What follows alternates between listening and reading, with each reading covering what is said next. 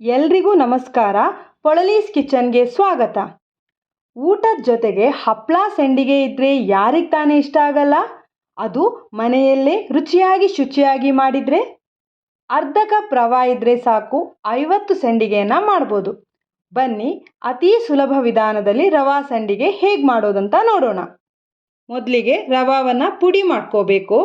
ಅರ್ಧ cup ರವಾವನ್ನು mixie ಜಾರಿಗೆ ಹಾಕಿ ಪುಡಿ ಮಾಡಿ ತಂದಿರುವ ಮಿಶ್ರಣ ಇದು. ನೋಡಿ, ಹೀಗಿದ್ರೆ ಸಾಕು. 1 ಕಪ್ ರವಾಗೆ 7 ರಿಂದ 8 ಕಪ್ ನೀರು ಬೇಕಾಗತ್ತೆ. ಇಲ್ಲಿ ಅರ್ಧ ಕಪ್ ರವಾದಲ್ಲಿ ಮಾಡೋದ್ರಿಂದ 3.5 ರಿಂದ 4 ಕಪ್ ನೀರನ್ನು ಬಾಣಲೆಗೆ ಹಾಕಿ ಕುದಿಸಬೇಕಾಗತ್ತೆ.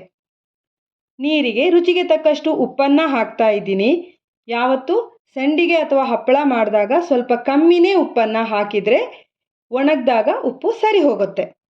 ಕುದಿಯುತ್ತಿರುವ ನೀರಿಗೆ 1 ಚಮಚ ಜೀರಿಗೆ, ಸ್ವಲ್ಪ ಕಟ್ ಮಾಡಿರುವ ಕರಿಬೇವು ಹಾಗೂ ಕೊತ್ತಂಬರಿ ಸೊಪ್ಪು, 1 ಚಮಚ ತರಿತರಿಯಾಗಿ ಪುಡಿ ಮಾಡಿದ ಒಣಮೆಣಸು ಅಥವಾ ಚಿಲ್ಲಿ ಫ್ಲೇಕ್ಸ್, ನೀವು ಹಸಿಮೆಣಸಿನಕಾಯಿ ಪೇಸ್ಟ್ ಕೂಡ ಹಾಕ್ಕೋಬೋದು.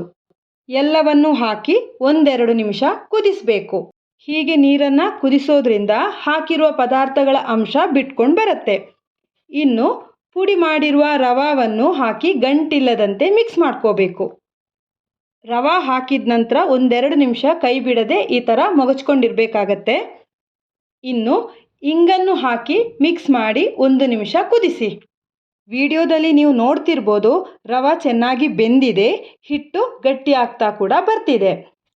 ಸಂಡಿಗೆ ಹಿಟ್ಟಿನ ಹದ ಚೆಕ್ ಮಾಡೋದಕ್ಕೆ ಒಂದು ಸಣ್ಣ ಟಿಪ್ ಇಲ್ಲಿದೆ ನೋಡಿ.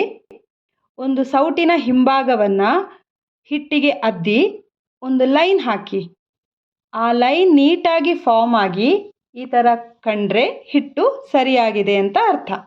ವಿಡಿಯೋದಲ್ಲಿ ನೀವು ನೋಡ್ತಿರ್ಬೋದು, ಈ ಥರ ಆದರೆ ಸಾಕು. ಇನ್ನು ಸ್ಟವನ್ನು ಆರಿಸಿ ಬಿಸಿ ಆರಲು ಬಿಡಿ. ಬಿಸಿ ಆರಿದಾಗ ಇನ್ನೂ ಸ್ವಲ್ಪ ಹಿಟ್ಟು ದಪ್ಪ ಆಗ್ತಾ ಹೋಗುತ್ತೆ. ನೀವು ಬೇಕಿದ್ದರೆ ಸ್ವಲ್ಪ ಬಿಸಿ ನೀರನ್ನು ಸೇರಿಸಿ ಹದವನ್ನು ಸರಿ ಮಾಡಿ ಸಂಡಿಗೆಯನ್ನು ಮಾಡ್ಬೋದು. ನಾನು ಬಿಸಿ ನೀರನ್ನು ಹಾಕಿಲ್ಲ, ಹಾಗೆಯೇ ಸಂಡಿಗೆಯನ್ನು ಮಾಡಿರೋದು. ಆದ್ದರಿಂದ ಹಿಟ್ಟು ದಪ್ಪ ಇದೆ ಅಂತ ಅನಿಸ್ಬೋದು, ಏನೂ ತೊಂದರೆ ಇಲ್ಲ. ಇನ್ನು ಸಂಡಿಗೆಯನ್ನು ಮಾಡೋದಕ್ಕೆ ಒಂದು ದಪ್ಪಗಿರುವ ಪ್ಲಾಸ್ಟಿಕ್ ಶೀಟ್ನಲ್ಲಿ ವಿಡಿಯೋದಲ್ಲಿ ತೋರಿಸಿದ ಹಾಗೆ ಸಂಡಿಗೆಯನ್ನು ಹಾಕಿ. ನಿಮ್ಮಿಷ್ಟದಂತೆ ಚಿಕ್ಕದಾಗಿ ಅಥವಾ ದೊಡ್ಡದಾಗಿ ಹಾಕ್ಕೋಬೋದು. ನಾನಿಲ್ಲಿ ಒಂದು ಸೌಟಿನಿಂದ ತೆಳುವಾಗಿಯೂ ಅಲ್ಲ, ಹಾಗಂತ ತೀರಾ ದಪ್ಪನೂ ಅಲ್ಲ, ಸ್ವಲ್ಪ ದೊಡ್ಡದಾಗಿಯೇ ಸಂಡಿಗೆಯನ್ನು ಮಾಡ್ತಾ ಇದ್ದೀನಿ.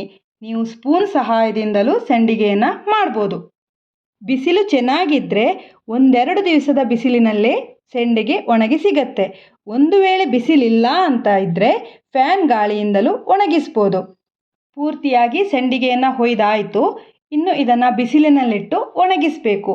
ನನಗೆ 2 ದಿವಸದ ಬಿಸಿಲಿಗೆ ಒಣಗಿ ಸಿಕ್ಕಿದೆ ನೋಡಿ. ಪೂರ್ತಿಯಾಗಿ ಒಣಗಿದ ನಂತರದ ಸಂಡಿಗೆ ಈ ರೀತಿಯಾಗಿ ಬಂದಿದೆ.